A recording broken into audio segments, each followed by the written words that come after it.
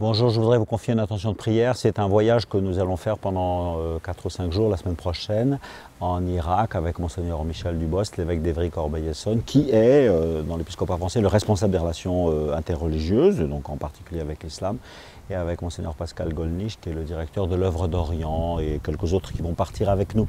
Nous allons à la rencontre des chrétiens d'Irak. Voilà. Hier encore, et plusieurs fois ces dernières semaines, j'ai eu contact avec le patriarche Louis-Raphaël Sako, donc l'archevêque chaldéen de Bagdad, et qui réunit souvent ses évêques, encore ces jours derniers, pour voir comment on peut agir et témoigner, être artisan de paix dans une situation aussi violente, aussi difficile, aussi douloureuse.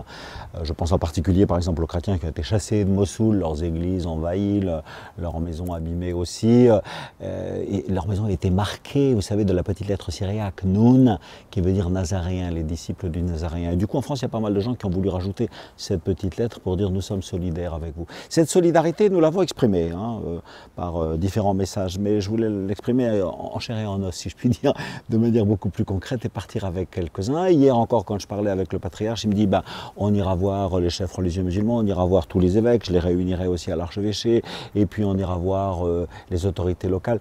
Je lui dis oui, mais s'il vous plaît, je préférais qu'on passe le plus clair de notre temps avec les enfants, avec les jeunes, avec les familles, avec tous ceux qui ont quitté leur maison à Mossoul, qui ont été chassés de chez eux et qui n'ont plus rien, et qui se trouvent maintenant à Karakoche surtout ou dans d'autres endroits pour leur manifester notre amitié, notre prière, notre solidarité. Un peu dans le sens de cette phrase de Paul, vous savez, qui dit dans l'Épître aux Romains, il faut pleurer avec ceux qui pleurent, quoi. Leur montrer que quand on vient et qu'on les touche très concrètement, c'est toute l'amitié, la chaleur fraternelle des chrétiens de France qui vient jusqu'à eux. Comment ils peuvent aider les chrétiens de France? C'est toujours difficile, bien sûr, il y a l'aide matérielle puisqu'ils n'ont plus rien, donc donner de l'argent là-bas dans différents endroits pour qu'ils puissent avoir la nourriture, les vêtements et tout ce qui leur est nécessaire pour dormir de manière correcte, digne et manger suffisamment, c'est une bonne chose. Mais c'est d'abord de ce contact qu'ils ont besoin personnel, d'après ce que m'a dit le patriarche Sako. Et puis aussi essayer d'être artisans de paix. Donc nous voulons vraiment rencontrer les différentes églises chrétiennes et aussi les Kurdes et aussi les musulmans et tous ensemble. Alors faire la paix, est-ce qu'on peut le faire? Non, le prince de la paix c'est Jésus, quoi.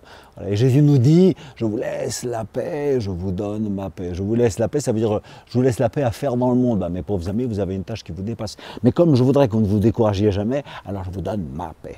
Donc recevoir intérieurement cette paix du Christ, cette force du Christ, qui toujours sera victorieuse, même si nous sommes perdus dans des situations qui nous dépassent et qui nous paraissent affreusement violentes, alors nous essayons de faire la paix. Je vous laisse la paix à faire dans le monde et je vous donne ma paix. Résultat, sans doute, vous ne serez jamais en paix, mais quand même, c'est une des plus belles béatitudes. Heureux les artisans de paix, ceux-là seront un peu les fils de Dieu.